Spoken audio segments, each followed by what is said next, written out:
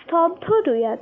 আয়াজের সাথে ঘটে যাওয়া এমন ঘটনা শুনে যেন তার শরীর কেঁপে ওঠে। চোখ দিয়ে অনবরত পানি পড়ছে। তার শরীরে প্রবাহিত রক্ত যেন হঠাৎ করে থেমে যায়। ইনিমা তড়িঘড়ি করে জড়িয়ে ধরে তার বোনকে। রুয়াত, নিজেকে শান্ত রাখ, এমন করলে চলবে না। ইনিমা মেহেরুবাকে ডাকে। আরহাম বলেছে মায়া চৌধুরীকে নিয়ে যেন তারা তাড়াতাড়ি হসপিটালে পৌঁছায়। সবাই হসপিটালে পৌঁছায়। মাঝপথ থেকে মায়া চৌধুরীকে নিয়ে যায়। রুয়াত সারাক্ষণ গাড়িতে বসে কেঁদেছে। সবাই এতবার করে বলেছে কাঁদতে না, তাও আয়াজের এমন ঘটনা শুনে নিজেকে সামলাতে পারেনি। ভীষণ খারাপ লাগছে তার। মেহেরুবা তার মেয়েকে অনেক বোঝায়, না, কোনো লাভ হলো না। মেয়ের কান্না বন্ধই হচ্ছে না। রুয়াতের এরকম আচরণে সবাই কিছুটা অবাক হয়। শুধুমাত্র এমন প্রতিকূল মুহূর্তে এসব নিয়ে এত বেশি মাথা ঘামায়নি। মায়া চৌধুরী এসে ছুটেছে ছেলের কাছে। আয়াজের এমন হয়েছে শুনে তার হৃদয় যেন কাতর হয়ে আছে। চোখের শান্তি মেটাবার জন্যে তিনি ছুটলেন ছেলের কাছে। আয়াজ খুব কম জায়গায় ব্যথা পেয়েছে, আবার যে জায়গাগুলোতে পেয়েছে সেগুলো একদম অনেক ক্ষত হয়েছে। ডাক্তার সব চেক আপ করে কিছু মেডিসিন লিখে দেয়, এগুলো খেলে ঠিক হয়ে যাবে। আজকের দিন হসপিটালে থেকে কাল বাসায় চলে যাবে।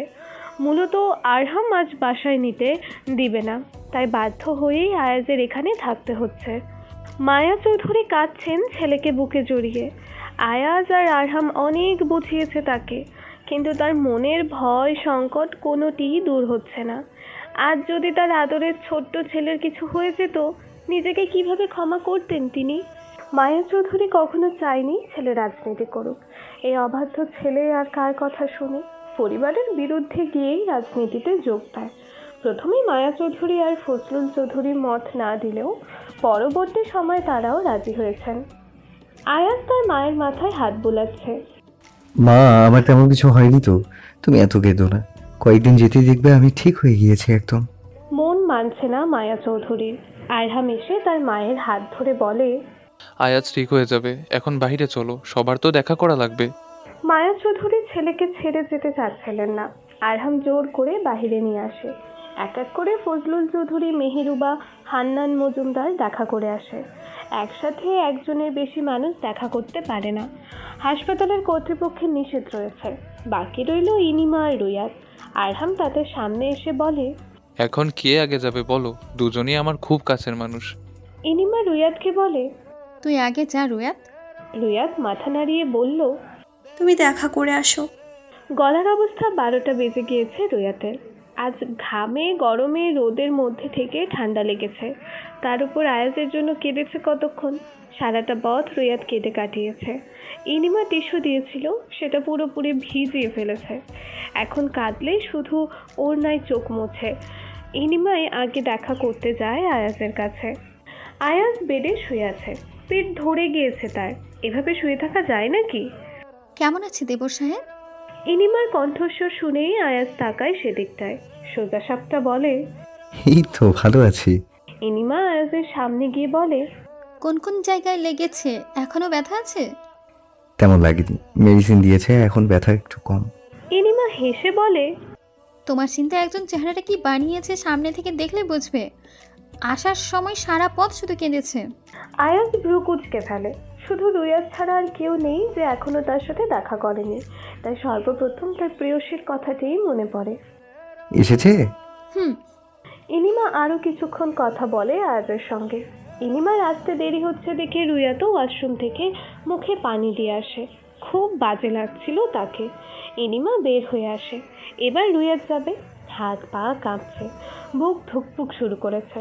আয়াজকে একদম পুরোপুরি মন থেকে মেনে নেওয়ার পর এই প্রথম তার সাথে দেখা করবে। মনের ভেতর কেমন ভয় লাগা শুরু করেছে। না জানি আয়াজ কি বলবে, সে নিয়ে দুশ্চিন্তায় আছে। আরহাম নিয়ে যায় রুয়াতকে। কেবিনে রুয়াতকে দিয়ে আসার পর সে চলে আসে। আয়াজ বেডের পেছন দিকে বালিশ দিয়ে এখনো হেলান দিয়ে বসে আছে, দু হাত বুকে গুজে আছে। কেবিনে ঢুকে রুয়াতের আর সাহস হয়নি সামনে এগোনোর। পা যেন চলছে না। আয়াজ ক্রমাগত দেখেই চলেছে রুয়াতের কর্মকাণ্ড। দূর থেকে আমাকে দেখা শেষ হলে এবার কাছে এসো। আমার তোমাকে এখনো দেখা শেষ হয়নি। রুয়াত রুয়াত মাথা তুলে তাকায় আয়াজের দিকে, আবার তৎক্ষণাৎ চোখ সরিয়ে ফেলে। কিন্তু আয়াজকে কিভাবে বোঝাবে? তার ভয় করছে, সে সামনে এগোতে পারছে না। রুয়াত আসছে না দেখে একটু ধমক দিয়ে বলে, আসবে তুমি নাকি আমি উঠে আসবো বলো? আরহাম তখন বাহিরে দাঁড়িয়ে বলেছিল আয়াজ পায়ে ব্যথা পেয়েছে বেশি, আর রুয়াত কখনোই চায় না তার জন্য আয়াজের কিছু হোক। তাই দ্রুত পায়ে আয়াজের সামনে গিয়ে দাঁড়ায়। আয়াজ একটু সরে হাত ধরে রুয়াতের, টান দিয়ে বসায়। বসতে বললেও বসবে না, তাই ইচ্ছে করেই এমন করেছে। এত কাঁদার কি আছে? এমন মনে হচ্ছে আমি মরে গিয়েছি, তার জন্য এমনভাবে কেঁদেছো। বুকটা যেন ছ্যাপ করে ওঠে রুয়াতের। সামান্য অ্যাক্সিডেন্টের কথা সহ্য করতে পারিনি, আর সেখানে তো। রুয়াত একটু নিচু স্বরে বলল, এমন কথা বলবেন না দয়া করে, আমার কষ্ট হয় খুব। আয়াজ হাসে। তার প্রেয়সী যে তাকে ভালোবাসে এটা খুব সহজেই উপলব্ধি করতে পেরেছে। এখন মনে হচ্ছে সে ব্যর্থ হয়ে যায়নি, শুধুমাত্র রুয়াতের মুখ থেকে শোনার অপেক্ষা। কোথায় কষ্ট তোমার? রুয়াত আশেপাশে তাকায়। মাঝে মাঝে আয়াজ এমন এমন প্রশ্ন করে, উত্তর দেওয়ার মতো কোনো পথই রাখে না। আয়াজ রুয়াতের হাতের তালুতে ছোট্ট ছোট্ট চুমু দেয়। রুয়াত চোখ বন্ধ করে আছে। আয়াজ হেসে বলে, এইটুকু সহ্য করতে পারছো না? বড় বড় জিনিস কিভাবে সহ্য করবে সেটাই ভাবছি। সর্বাঙ্গ শরীর কেঁপে ওঠে রুয়াতের। হসপিটালে রয়েছে, তারপরেও তার এমন লাগামহীন কথাবার্তা যাচ্ছে না। এখন কেমন আছেন আপনি? আয়াজের সম্পূর্ণ নজর রুয়াতের দিকে, কিন্তু বরাবরের মতোই রুয়াতের দৃষ্টি নিচের দিকে। এই, তুমি আমার দিকে তাকাও। অন্য কোনো ছেলের দিকে চোখ তুলে তাকানো হারাম। তোমার সম্পূর্ণ নজর আমার উপর থাকবে। আমি পরপুরুষ নই, তাকাও আমার দিকে। রুয়াত একবার তাকালেও আবারও চোখ সরিয়ে নেয়। আয়াজের চোখ অতিরিক্ত লাল হয়ে আছে। এমন ভয়ঙ্কর চোখের দিকে তাকানোর সাহস নেই রুয়াতের। আয়াজ তার প্রেয়সীর থুতনিতে হাত রেখে মাথা উঠিয়ে দেয়। চোখ মুখ লাল বানিয়ে ফেলেছো একদম। আমায় দেখো, তোমার থেকে একদম ভালো আছি। একটুও ভালো নেই আপনি। কিভাবে এসব হয়েছে? আয়াজ রুয়াতের দিকে তাকিয়ে আছে। রুয়াতকে কখনোই বলা যাবে না। যদি জানে রাজনীতি বিষয়ক ঝামেলা নিয়ে এমন হয়েছে, এখন যেভাবে ভালোবেসেছে তখন ভালোবাসার ভয়ও বাসবে না। আজ দেখা করতে চেয়েছিলে? বড় সড়ো ঢোক গেলে রুয়াত। জি, আপনি অনেক ব্যস্ত ছিলেন।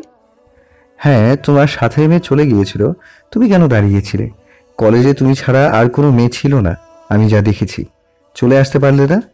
কত ছেলে ছিল, সেফটি জিনিস বুঝো তো আসলে। আয়াজ শেষের কথা একটু জোরেই বলেছে। রুয়াত তো তার সাথে কথা বলতে গিয়েছিল।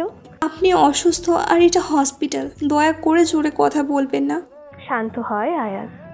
পরের বার থেকে মনে থাকে জানো, আর ভুলে গেলে সেটার জন্য শাস্তি পাবে। এখনকারটা তোলা থাকলো, আশা করি বুঝেছো। মাথা নাড়ায় রুয়াত। আমি আসি এবার। আয়াজ হাত ছেড়ে দেয় রুয়াতের। মেয়েটি সামনে থাকলে নিজেকে বড্ড বেসামাল লাগে। ইশারায় বলে চলে যেতে রুয়াত চলে আসে বাহিরে। হান্নান মজুমদার আবারও দেখা করে আসে আয়াজের সাথে। রুয়াত মেহেরুবার পাশে দাঁড়িয়ে আছে। মায়া চৌধুরী চলে যাবেন একটু পর বাসায়। আয়াজের সাথে আরহাম থাকবে। আরহাম কাউকে থাকতে দেয়নি, সবাইকে বাসায় যাওয়ার জন্য তাড়া দিচ্ছে। ইনিমা আরহামের পাশে দাঁড়ায়। তুমি কিভাবে সব দিক সামলাবে? আমি থাকি না হয়। আরহাম ইনিমার কাঁধে হাত দেয়। আমি পারবো সামলাতে, তুমি অসুস্থ এখন। বাসায় যাও, ফ্রেশ হও, রেস্ট নাও। কাল না হয় একবার আমাদের বাড়ি থেকে ঘুরে এসো, এই ফাঁকে আয়াজকেও দেখা হয়ে যাবে। আচ্ছা। আরহাম সবাইকে গাড়িতে উঠিয়ে দেয়। আয়াজ বলেছে জলদি কাজ সেরে তার কাছে যেতে, আর আরহামও তাই করলো। কেবিনে দুজন পুলিশ এসেছে। আয়াজের অ্যাক্সিডেন্টের খবর মুহূর্তেই ছড়িয়ে পড়ে। হসপিটালের কর্তৃপক্ষ শুধুমাত্র আয়াজের জন্য নিয়ম লঙ্ঘন করেছেন। পাশের কেবিন থেকে শাহিদকেও নিয়ে আসা হয়েছে। আয়াজের থেকে শাহিদের বেশি ক্ষতি হয়েছে। হাতের কনুই আর পা ছিলে গিয়েছে একদম। গাড়িটার অবস্থা খুব খারাপ হলেও আয়াজের তেমন লাগেনি। আয়াজের প্রথমত ভুল হচ্ছে গার্ডদের ছাড়া কোথাও যাওয়া। কোনো পলিটিক্যাল কারণ ছাড়া আয়াজ গার্ড সাথে রাখে না, এটাই হচ্ছে তার সর্বোচ্চ ভুল। আয়াজ সোজা হয়ে বসে, তার দৃষ্টি জানালার দিকে। আমি পুরোপুরি সুস্থ না হওয়া পর্যন্ত আপনারা ইকরামুলকে কোনো রকম শাস্তি দিবেন না। আরহামের রাগ হয় আয়াজের কথায়। এমন কথার কোনো ভিত্তি আছে? মানে যা মনে আসে তাই বলে। কেন? আবার যদি তোর কোনো ক্ষতি করার চেষ্টা করে তখন? শাহেদ আরহামের কথায় একমত। শুধু স্যারকে ভয় পায় বলেই আজ আরহামের সাথে চিৎকার করে সহমত কথাটি বলতে পারছে না। আর আইন সবার ঊর্ধ্বে, সেখানে আয়াজের এরূপ কথা মেনে নিতে পারছে না পুলিশ প্রশাসক। দেখুন মিস্টার চৌধুরী, আমরা আইনের লোক, আর আপনার উপর এরূপ অ্যাটাক এসেছে। আমরা যদি ঘাপটি মেরে বসে থাকি, আমাদের উপরে কোনো অফিসার এটা জানলে সমস্যা হবে। আপনি সুস্থ হয়ে উঠুন, আর আমরা ইকরামুলকে শাস্তি দেওয়ার ব্যবস্থা করছি। আপনার আর এসব বিষয় নিয়ে না জানানোটাই ভালো। আয়াস শান্ত স্বরে বলে, আইন আমি আপনাদের দেখাবো, শুধু বেশি দিন না, 3টে দিন আমার সময় দিন। আমি সুস্থ হয়ে নিই, তারপর আমার ব্যাপার আমি বুঝাবো। আমার ব্যক্তিগত বিষয়ে কারো না জড়ানোটাই ভালো। পুলিশ প্রশাসক হকচকিয়ে গেল। আয়াস তার কথা আবারও তাকেই ফিরিয়ে দিল। জি, কিন্তু এবার থেকে সব সময় গার্ড রাখবেন সঙ্গে। পুলিশ চলে যায়। শাহিদকে ধরে একটা নার্স তার কেবিনে দিয়ে আসলো। আরহামের মেজাজ গরম হচ্ছে। প্রতিবার তার ভাই এমন তেরামি করবে আর শেষে অস্ত্রের সাহায্য নেবে। কিছু কিছু সময় মানুষের কথাও শুনতে হয়। আয়াস বিরক্তিকর শব্দে বলল, কথা বলো না, আমার কারো কথা শোনার প্রয়োজন নেই। আরহাম রাগে মুখটা ফিরিয়ে নিয়েছে। মিনমিন করে বলল, এই হাত পাগলকে কে সামলাবে? আয়াস শুনে ফেলেছে ঠিকই। আরহাম মুখটা বেজার করে রেখেছে। আয়াস অট্টহাসি দিয়ে আরহামের দিকে তাকায়। একমাত্র তোমার শালিকাই এই আধ পাগলটাকে সামলাতে পারবে। সকাল সকাল আয়াজকে নিয়ে আসা হলো বাসায়। শাহেদ হসপিটালে, ওর অবস্থা বেশি খারাপ। আরহাম সকালেই আয়াজকে নিয়ে বাসায় আসে।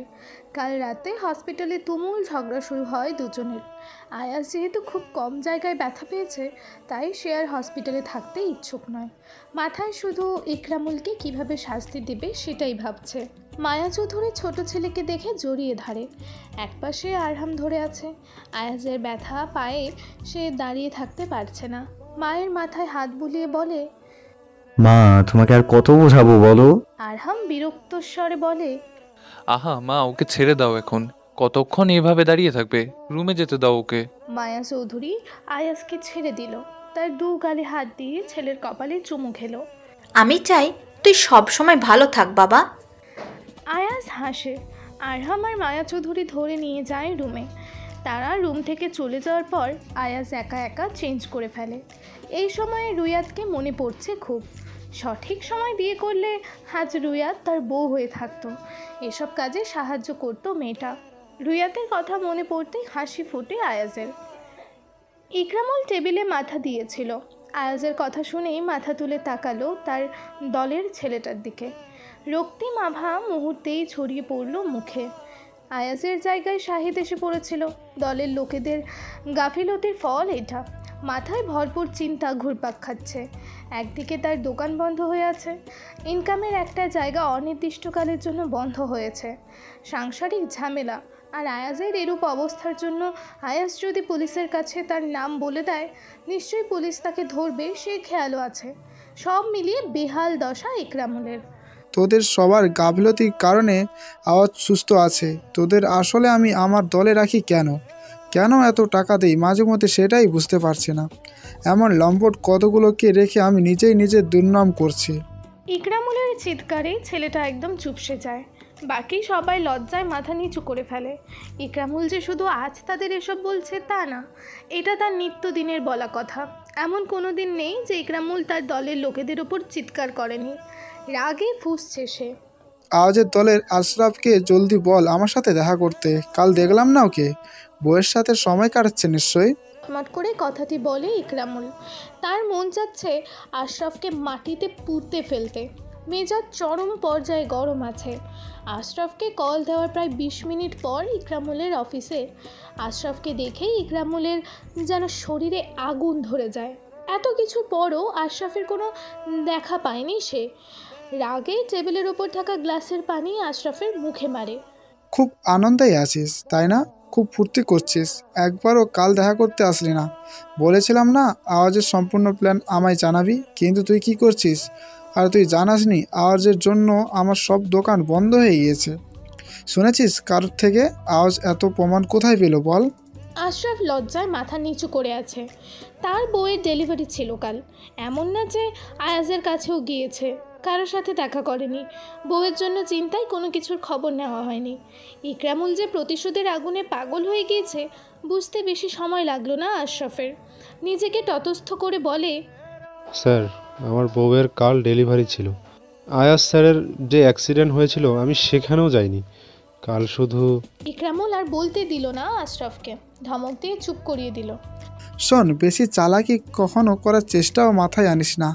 যদি আমার সাথে এমন করা দুঃসাহস দেখেছিস তাহলে বুঝবি এই ইকরামুল কি জিনিস। দ্রুত পা ফেলে ইকরামুল চলে যায়। আশরাফ মাথা দুপাশে ঘুরিয়ে সবাইকে দেখে নিল। উপস্থিত সবাই মাথা নিচু করে আছে। এক দীর্ঘ নিঃশ্বাস ফেলে আশরাফ, আবার তার বাড়ির উদ্দেশ্যে রওনা হয়। আপাতত তার মাথায় শুধু তার বউ আর সদ্য জন্ম নেওয়া সন্তানের কথা মাথায় ঘুরছে। সন্ধ্যার পর একবার আয়াজের সাথে দেখা করতে যাবে। আজ বৃষ্টি হচ্ছে মুষলধারে।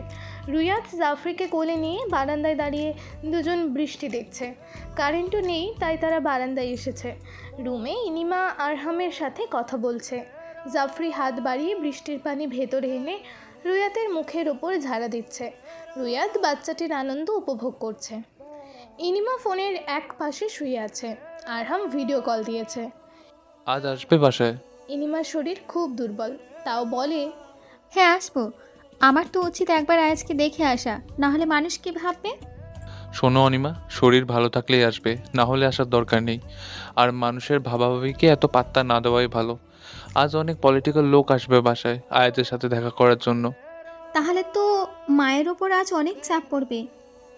আর আমি মাকে একটু টুকটাক হেল্প না করলে ওনার কাজ শেষ হয় না। আমি আসবো আজ, তারপর বিকেলেই চলে আসবো। এখন তো সবাই মাত্র 11টা বাজে। আরহাম তার অফিসে বসে আছে, বউয়ের কথায় মাথা দোলায়। এসো, সমস্যা নেই, আমি গাড়ি পাঠাবো তোমার জন্য। হ্যাঁ। আচ্ছা শোনো, রুয়াতকেও নিয়ে এসো তোমার সাথে, তারপর দুজনে একসাথে বিকেলে যেতে পারবে, সমস্যা নেই। তুমি রেডি হয়ে আরেকটা বার কল দিও, আমি আসবো তোমাদের নিতে। ইনিমা মাথা নাড়ায়, কল কেটে দেয়। শোয়া থেকে উঠে বসে, হালকা করে হাত খোপা করে ফেলে। এক্ষুনি গেলে মায়া চৌধুরীর কিছু হেল্প করতে পারবে। সে ঠিক করলো এই সময় যাবে ওই বাড়িতে। রুয়াতকে বলার আগে আগে মেহেরুবার কাছে গেল পারমিশন নেওয়ার জন্য। মেহেরুবা শোনার পর রুয়াতকেও যাওয়ার অনুমতি দিল। ইনিমা আবারও আসে রুমে, রুয়াতকে ডাক দেয়। ইনিমার ডাকে রুয়াত তাড়াতাড়ি জাফরিকে নিয়ে রুমে আসে। আপু ডেকেছিলে? ইনিমা আলমারি থেকে একটা 3 পিস বের করতে করতে বলে, আমি আর তুই এখন ওই বাসায় যাচ্ছি। রিয়াদ কিছুটা অবাক হয় কথাটা শুনে। আপু আমি কিভাবে? আর মা যেতে দিবে না বোধ হয়। আমি মাকে বলেছি, আর মা অনুমতিও দিয়েছে। তুই তাড়াতাড়ি রেডি হয়ে যা, একটু পর আরহাম আসবে আমাদের নিতে। রুয়াত মাথা নাড়ায়। জাফরিকে বেডে বসিয়ে ওয়াশরুমে চলে যায়। সেও ইনিমার মতো একটা 3 পিস বের করে পরে নেয়। তাদের রেডি হওয়া শেষে ইনিমা কল দেয় আরহামকে। আরহাম এসে তাদের নিয়ে যায়। আজকে অনেক গার্ড বাসার সামনে। রুয়াত তাদের দেখে ভ্রু কুঁচকে ফেলে। তার মাথায় শুধু এটাই ঘুরছে, আর সময় কেন এটা থাকে না। আজ এত গার্ড বাসার সামনে থাকার কারণ বুঝছে না রুয়াত। আরহাম গাড়ি থামায় বাসার সামনে। ইনিমা রুয়াতের হাত ধরে ঢোকে বাসার ভেতরে। মায়া চৌধুরী বেশ অবাক হয় তাদের দেখে। এসে ইনিমা রুয়াতকে একসাথে জড়িয়ে ধরে। তোমরা আসবে আমি ভাবিওনি, এসেছো, আমি খুব খুশি হয়েছি। ইনিমা এক হাত দিয়ে জড়িয়ে ধরেছে মায়া চৌধুরীকে। আপনার ছেলে বলল আজ বাসায় অনেক অতিথি আসবে। আমাদের আরও পরে আসার কথা ছিল, কিন্তু আপনি একা সামলাতে পারবেন কিনা সব কিছু, তাই তাড়াতাড়ি এসে পড়েছি। রুয়াত ইনিমার দিকে তাকায়। তার বোন একবারও বলেনি আজ যে এই বাসায় অতিথি আসবে।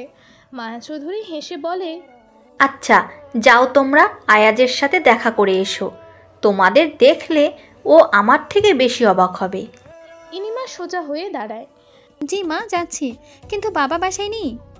মায়া চৌধুরী জাফরিকে কোলে নিয়ে বলে, আরে আর বলো না, সে কাউকে না জানিয়ে কিছু কাজের জন্য ঢাকায় গিয়েছে। গত রাতে আমাকে বলেছে। আরহাম আজ সকালে বাসায় এসে তো অনেক বকেছে তার বাবাকে। রুয়া চুপ করে ইনিমার মায়া চৌধুরীর কথা শুনছে। আপাতত সে নীরবতা পালন করছে। মা, জাফরিকে আমার কোলে দিন, আমরা সবাই দেখা করে আসছি আয়াজের সাথে। ইনিমা জাফরিকে কোলে নিল। রুয়াতের হাত ধরে নিয়ে গেল আয়াজের রুমে। রুমটা অন্ধকার করে রেখেছে। রুয়াত ইনিমাকে বলল, আপু উনি মনে হয় ঘুমাচ্ছে। গলার স্বর একটু উঁচু করে ইনিমা বলল, দেবর সাহেব ঘুমাচ্ছেন আপনি? আয়াজ রুমে সব লাইট বন্ধ করে শুয়েছিল। ইনিমার কথা শুনে ঘুম উবে যায় তার। উঠে বসে। না, লাইট অন করুন, ঘুমাইনি আমি। ইনিমা লাইট জ্বালিয়ে দেয়। আয়াজ হঠাৎ রুয়াতকে দেখে ভূত দেখার মতো চমকে যায়। ইনিমার সাথে যে রুয়াত আসবে এটা যেন বিশ্বাসই হচ্ছে না। ইনিমা আয়াজের পাশে দাঁড়ায়। জাফরিকে আয়াজ তার কাছে টেনে নেয়। মেয়েটা চাচ্চুকে পেয়ে তার বুকে মাথা দিয়ে ফেলে। আয়াজ আধশোয়া হয়ে বসে আছে। কি অবস্থা এখন তোমার? আয়াজ মাথা নাড়ায়। আলহামদুলিল্লাহ, আগে থেকে অনেকটাই ভালো আছি। কখন এসেছেন? ইনিমা হেসে বলে, এই তো কিছুক্ষণ আগে এসেছি। আয়াজ রুয়াতের দিকে তাকিয়ে ছোট্ট করে উত্তর দেয়, ও আচ্ছা আমি মায়ের কাছে যাই। রুয়াত তুই কথা বল আয়াজের সাথে, আমি একটু মাকে হেল্প করে গিয়ে। রুয়াত বাধ্য মেয়ের মতো মাথা নাড়ালো। ইনিমা চলে গেল। আয়াজ চোখগুলো ছোট ছোট করে রুয়াতের দিকে তাকিয়ে আছে। ওদিক ঘুরো। রুয়াত বুঝলো না আয়াজের কথা। বুঝিনি। আয়াজ কাট গলায় বলল। রুয়াত অবুঝের মতো ওদিক ঘুরল। আয়াজ হেসে রুয়াতের হাত ধরে টেনে বসালো তার সামনে। রুয়াতের পিঠে ঠেকে আয়াজের বুক। রুয়াত মুখ খিচে অধর কাটে। আসবে বলিনি তো? কাপা স্বরে রুয়াত বলে, আপু নিয়ে এসেছে, আমি আগে জানতাম না, বলার পর তারপর জেনেছি। আয়াজ এক হাত দিয়ে রুয়াতের হাত চেপে ধরে আছে, আর এক হাত দিয়ে জাফরিকে আলতো করে মাথায় হাত বোলাচ্ছে। জাফর, তোমার মিমকে একটু মাইর দিই। জাফরি মাথা নাড়ায় দুপাশে। রুয়াত মাথা ঘুরিয়ে জাফরিকে দেখল।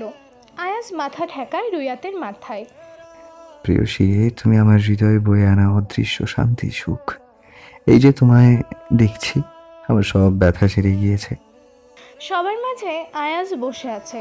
বিকেলের শেষ সময় সব লোকজন আসে। সবাই একত্রিত হয়ে কথা বলছে। আয়াজ চুপচাপ কথা শুনে যাচ্ছে। অনেক মানুষ এসেছে তাকে দেখার জন্য। রুয়াত ইনিমার কাছে যাওয়ার সময় আয়াজকে চোখে পড়ল তার। সেদিকে আর না দেখে ইনিমার কাছে চলে গেল। ইনিমা একা রুমে শুয়ে আছে। জাফরি এতক্ষণ রুয়াতের সাথে ছিল, এখন সে আবারও বলছে তার মায়ের কাছে যাবে। আপু, জাফরি তোমাকে খুঁজছে। ইনিমা তড়িঘড়ি করে উঠল। ভীষণ খারাপ লাগছে তার। আজ কাজের চাপ অনেক ছিল। এই মেয়েটাও আমায় ছাড়া থাকে না, জানি মা অসুস্থ, তারপরেও এমন করা লাগবে তার? রুয়াত ভ্রুকুচকে চাইলো বোনের দিকে। এমন করছো কেন? বাচ্চা মানুষ বোঝে না এসব। জাফরিকে ইনিমা কোলে নিল। বাচ্চাটা একদম চুপ হয়ে আছে। মায়ের রাগকে বরাবরের মতোই খুব ভয় পায়। রুয়াতের কথায় ইনিমা তাকালো তার দিকে। রুয়াত আবারও বলে, বাসায় যাবে কখন? সন্ধ্যা হতে বেশি দেরি নেই, আর সন্ধ্যা করে গেলে মা বকবে তোমায়। ইনিমা মাথা নাড়ায়। হ্যাঁ যাব, মাকে বলে নি। মায়া চৌধুরী এসে উপস্থিত হলেন ইনিমার রুমে।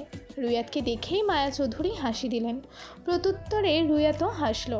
ইনিমা বিছানা থেকে সরে জায়গা করে দিল মায়া চৌধুরীকে বসার জন্য। ইনিমা স্বাভাবিক স্বরে বলে, মা আমাদের তো দেরি হয়ে যাচ্ছে, বাসায় যেতে হবে, আর সন্ধ্যা হয়ে গেলে মা বকবে। মায়া চৌধুরী হাস্যোজ্জ্বল মুখটি মুহূর্তেই উধাও হয়ে গেল। তুমি এখন আর বাসায় থাকো না, কেমন খালি খালি লাগে সব। কবে যে দুই বোন একেবারের জন্য আমার বাসায় আসবে, আমি শুধু সে কথাই ভাবি সারাক্ষণ। আচ্ছা তোমরা তৈরি হয়ে থাকো, আরহামকে বলবো দিয়ে আসতে। মাথা নাড়ায় ইনিমা। মায়া চৌধুরী চলে গেলেন। রুয়াত শুধু কোনো মতে ওড়না পেঁচিয়ে নিল। এখন আবারও হিজাব বাঁধতে বিরক্ত লাগবে তার। ইনিমা তার আলমিরা থেকে কিছু ড্রেস নিল। ওই বাড়িতেও আছে, কিন্তু যেহেতু সে অনেক দিন থাকবে, আবার মাঝে মাঝে হসপিটালে চেক আপ করাতে যাবে, তাই সে অনেকগুলো ড্রেস নিয়ে নিল। প্রায় একটা বড় ব্যাগ নিয়েছে। রুয়াত বেডে বসে পা নাড়াচাড়া করছে। জাফরি পায়ের ওপর পা তুলে তার মায়ের কাণ্ড দেখে যাচ্ছে। মায়া চৌধুরী আরহামকে ডেকে আনলো। আরহাম কোমরে হাত দিয়ে ইনিমাকে দেখে যাচ্ছে। তার বউটা চলে যাবে ভেবেই মন খারাপ হচ্ছে। ওই বাসায় গিয়ে ইনিমাকে দেখে আসতে পারবে, কিন্তু তার কাজের এত চাপ থাকে, খুব কম সময়ে যেতে পারবে ওখানে। আরহাম বাবা, তুই ওদের দিয়ে আয় বিকেল থাকতে থাকতেই। ইনিমা তো অসুস্থ, তাই তাড়াতাড়ি দিয়ে আসাই ভালো। মায়া চৌধুরীর কথা আরহাম তাকায় তার দিকে। ইনিমাও ওড়না পেঁচিয়ে নিল। আরহাম স্বাভাবিক স্বরে বলে, ঠিক আছে। আচ্ছা তোরা বের হয়ে নিচে আয়, আমি রুয়াতকে নিয়ে আয়াজের কাছে নিচে যাচ্ছি। মায়া চৌধুরী রুয়াত আর জাফরিকে নিয়ে নিচে চলে গেল। ইনিমা ড্রেসিং টেবিলের ওপর থেকে মোবাইলটা নিয়ে নিল। আরহাম এখনও তার কোমরে হাত দিয়ে দাঁড়িয়ে আছে। তার ভাবভঙ্গির কোনো পরিবর্তন নেই। ইনিমা আরহামের সামনে এসে দাঁড়ায়। আরহামের দুপাশের কোমর থেকে হাত সরিয়ে দেয়। চলিও নিচে যাই। আরহাম ইনিমার হাত ধরে টেনে এনে তার সাথে একদম মিশিয়ে নিল। ইনিমা দুই হাতে আঁকড়ে ধরেছে আরহামকে। আরহাম একটু নিচু স্বরে বলল, তুমি চলে যাবে? ভালো লাগছে না গো, তোমাকে ছাড়া আমি থাকবো কিভাবে? ইনিমা ভ্রু কুঁচকে ফেলে। হঠাৎ আরহামের এরূপ ভালোবাসা ঠিক হজম করতে পারছে না। আজ এত ভালোবাসা দেখাচ্ছে যে। আরহামের মুখটা ছোট হয়ে যায়। আবারও তৎক্ষণাৎ হেসে ইনিমার গালে মৃদু কামড় দিয়ে বলে, ভালো না বাসলে একটা মেয়ে হয়েছে কিভাবে, আর আবার আরেকজন আসছে কিভাবে? ইনিমা তার গাল ধরে দাঁড়ায়, একটু রাগী স্বরে বলে, বুড়ো হয়েছ তারপরও এসব কথা আর কমলো না না, নির্লজ্জ পুরুষ কোথাকার। আরহাম একটু উচ্চস্বরে হাসে। ইনিমার কপালে তার অধর ছুঁয়ে দেয়। ইনিমা ফায়রোজের জন্য বড় বড়ের মতন আহাম তাইম চৌধুরী নির্লজ্জ পুরুষ। বেডে থাকা ব্যাগ আরহাম হাতে নিল। ইনিমার হাত ধরে বেরিয়ে গেল রুম থেকে। মায়া চৌধুরী রুয়াতকে বসালো আয়াজের পাশে। তাদের মধ্যে দূরত্ব অনেক বেশি। যারা যারা আয়াজকে দেখতে এসেছিল সবাই চলে গিয়েছে। ফজলুল চৌধুরী বাসায় না থাকার কারণে আয়াজ একাই বসেছিল নিচে। জাফরি আয়াজ আর রুয়াতের মাঝে যে জায়গাটা ছিল ওখানে বসে পড়ল। আয়াজ তার দিকে তাকানো মাত্রই একটা মুচকি হাসি দিল। মায়া চৌধুরী আয়াজের আরেক পাশে এসে বসে। রুয়াতের পরীক্ষার মাঝখান দিয়ে আর একটা দিন বাকি। আমি ওর প্রথম পরীক্ষার দিন যাব ওদের বাসায়। তুই শুধু আরহামকে বলিস আমাকে যেন দিয়ে আসে। আয়াজ পরপর মাথা নাড়াচ্ছে। রুয়াত আয়াজকে দেখে হাসছে।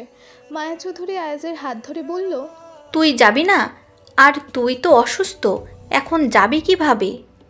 আয়াজ রুয়াতের দিকে না তাকিয়ে উত্তর দেয়, যাওয়ার কথা পরে, সেটা তো আমি নিজ ইচ্ছেতেই যেতে পারি। তোমার হবু ছোট বৌমা যদি বলে তাহলে যাব, অসুস্থ থাকার পরও যাব। মায়া চৌধুরী তাকায় রুয়াতের দিকে। রুয়াত ঘাবড়ে যায়। সে এখন কি বলবে মাথায় আসছে না। এই এমপি সাহেব শুধু তাকে লজ্জায় ফেলে দেয়। এমন মুহূর্তে আরহাম আর ইনিমা আসে। রুয়াত উঠে দাঁড়ায় তাদের দেখে। আয়াজ এবার রুয়াতের দিকে তাকালেও পরক্ষণে ইনিমা আর আরহামের দিকে নজর দেয়। জাফরি তার বাবার কাছে গিয়ে দাঁড়ায়। আরহাম তার একমাত্র রাজকন্যাকে দেখে কোলে নেয়। ইনিমা মায়া চৌধুরীর পাশে গিয়ে দাঁড়ালো। ইনিমা আয়াজের উদ্দেশ্যে বলে, ঠিক মতো চলবেন দেব সাহেব। আয়াজ হাসে ইনিমার কথায়। জি, আপনিও। মায়া চৌধুরী এসে ইনিমার কাঁধে হাত রাখে। শোনো বৌমা, নিজের খেয়াল রেখো, খাওয়া দাওয়া সঠিক সময়ে করো। আর শোনো, তুমি এখন অসুস্থ, তাই জারিফের সাথে খাওয়ার নিয়ে এত দৌড়োদৌড়ি করো না। নিজের ভালো থাকাটা আগে ভেবো। সুন্দর মতো চলো। মা, সব সময় দোয়া করি আমি তোমার জন্য। ইনিমা হাসে মায়া চৌধুরীর কথায়। বিয়ের 5 বছর হয়ে গিয়েছে, কিন্তু কখনো মায়া চৌধুরী তার সাথে উচ্চস্বরে কথা বলেনি। প্রথম তার কাজ করতে অসুবিধা হলে তিনিই সব সামলে নিতেন। যেভাবে একজন মা সন্তানকে স্নেহ করে, ঠিক একইভাবে মায়া চৌধুরী ইনিমাকে প্রতিনিয়ত তার সন্তানের মতন স্নেহ করে। ইনিমার চোখে বিন্দু বিন্দু পানি এসে জমা হয়। পানি গড়িয়ে পড়ার আগে আঙুল দিয়ে মুছে ফেলে। ইনিমা আর আরহাম বের হয়ে আসে বাসা থেকে। মায়া চৌধুরী এবার রুয়াতের হাত ধরে। শোনো, তুমিও তোমার খেয়াল রেখো। পরীক্ষা নিয়ে বেশি টেনশন করো না। তুমি ঠিকমতো খাওয়া দাওয়া করো। রুয়াত একবার আয়াজের দিকে তাকালো। আয়াজ শান্ত চোখে তার দিকেই তাকিয়ে আছে। যাওয়ার সময় সে ভেবে রেখেছে আয়াজ হয়তোবা কিছু বলবে, কিন্তু আয়াজ কিছুই বলেনি। রুয়াত বের হয়ে আসে বাসা থেকে। মায়া চৌধুরীও আসে তাদের পেছনে। প্রায় আধ ঘন্টা পর তারা বাসায় আসে। আরহাম আবারও চলে গিয়েছে বাসায়, অন্য একদিন এসে থাকবে। 5 দিন পর আয়াজ সম্পূর্ণ সুস্থ। পাঞ্জাবি পরে আয়নার সামনে দাঁড়িয়ে আছে। জেল দিয়ে চুলগুলো সেট করে নেয়, হাতে ঘড়ি পরে। আজ অনেক দিন পর নিজেকে একটু স্বাধীন লাগছে। পুরো 5 দিন একদম বাসায় ছিল। বাসায় প্রচুর হাঁটার ফলে মাঝখান দিয়ে পা ফুলেও গিয়েছিল। এরপর থেকে মায়া চৌধুরী আর বাসা থেকে বের হতে দেয়নি। আয়াজ তৈরি হয়ে নিচে নামে। মায়া চৌধুরী টেবিলে নাস্তা রেখে দিয়েছে। আয়াজ নাস্তা করে একবার মোবাইলে সময় দেখে। এখন থেকে নিজের সঙ্গে গার্ড রাখবে। সবাইকে খবর দেওয়া হয়েছে। এই 5 দিন ছুটিতে ছিল। আয়াজই তাদের ছুটি দিয়েছে। শাহিদ এখনও সুস্থ হয়নি। আয়াজ আজ সর্বপ্রথম শাহিদের সাথে দেখা করতে যাবে তার বাসায়। আয়াজ নাস্তা সেরে বের হয়। মায়া চৌধুরী বারবার বলে দিয়েছে সে যেন মাথা ঠান্ডা রাখে। কিন্তু তার মনে শুধু ইকরামুলকে শাস্তি দেওয়ার কথা ঘুরছে। মায়া চৌধুরী জানে আয়াস কোনো না কোনোভাবে ইকরামুলের সাথে দেখা হলেই নিশ্চয়ই মাথা গরম করবে। সেই পরিপ্রেক্ষিতে মায়া চৌধুরী কথাটা বলে। আয়াস শাহেদের বাসায় আসে। শাহেদের চিকিৎসার পুরো খরচ আয়াস বহন করে। সোফায় আয়াস নিশ্চুপ হয়ে বসে আছে। ইদানিং এখন আর আশরাফকে দেখা যায় না। সেদিন আশরাফও দেখা করতে আসে। আয়াস বেশি কথা বলেনি তার সাথে। ভেবেছে আশরাফ কী করছে কিছুই আয়াস জানে না, কিন্তু সে সব জেনে গিয়েছে, শুধু সময়ের অপেক্ষা।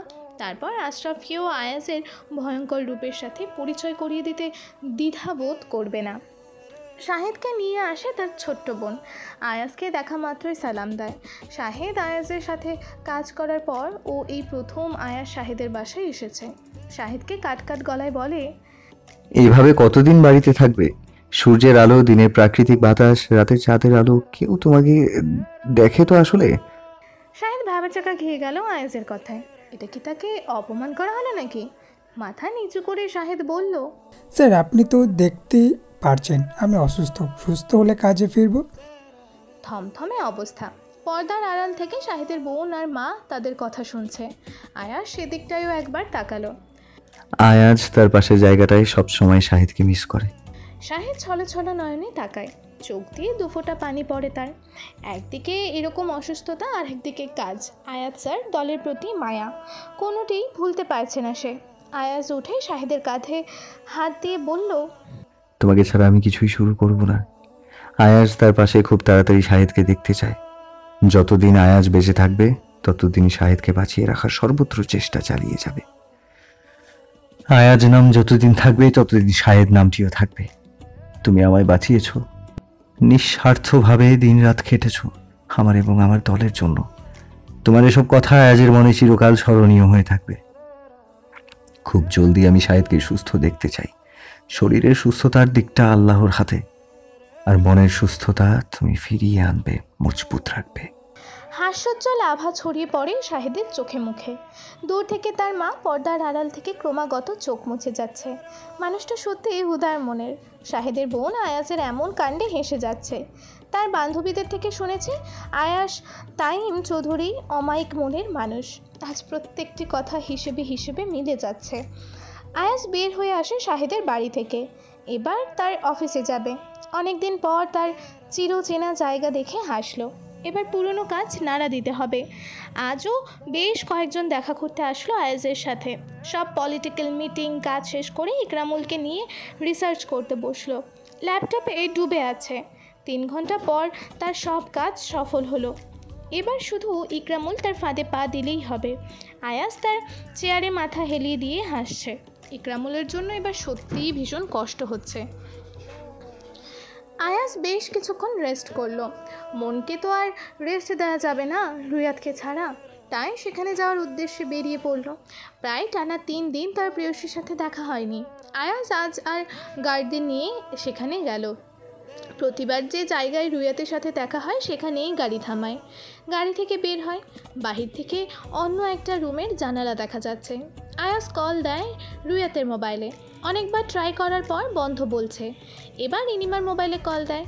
একবার রিং হওয়ার পর রিসিভ করে। আয়াজ রুয়াতের সাথে দেখা করবে এবং করার জন্য তাদের বাসার নিচে অপেক্ষা করছে। কথাটি কোনো রকম ভনিতা না করেই সোজাসাপটা ইনিমাকে বলে। আশ্চর্যের বিষয় ইনিমা রাজি হয়ে গেল। কলটা কেটে দেয় আয়াজ। ইনিমা যেহেতু তার রুমে ছিল তাই সে আবারও রুয়াতের রুমে গেল। রুয়াত পড়ছে বসে বসে। ইনিমা সহজ সরল ভঙ্গিতে বলে, আয়াজ এসেছে দেখা করতে, তুই যা দেখা করে। হঠাৎ এমন সময় আয়াজের কথা শুনে পরপর পলক ঝাপটায়। উনি এখন কিন্তু কেন? দেখা করতে এসেছে তোর সাথে, বাবা মায়ের সাথে কথা বলেছে, এখন আর আসবে না এদিকটায়, তুই নিশ্চিন্তে যেতে পারিস। মাথায় ঘোমটা টেনে নিল। আপুর কথায় ভরসা পায় রুয়াত বাসা থেকে বের হয়ে আয়াজকে দেখতে পায়।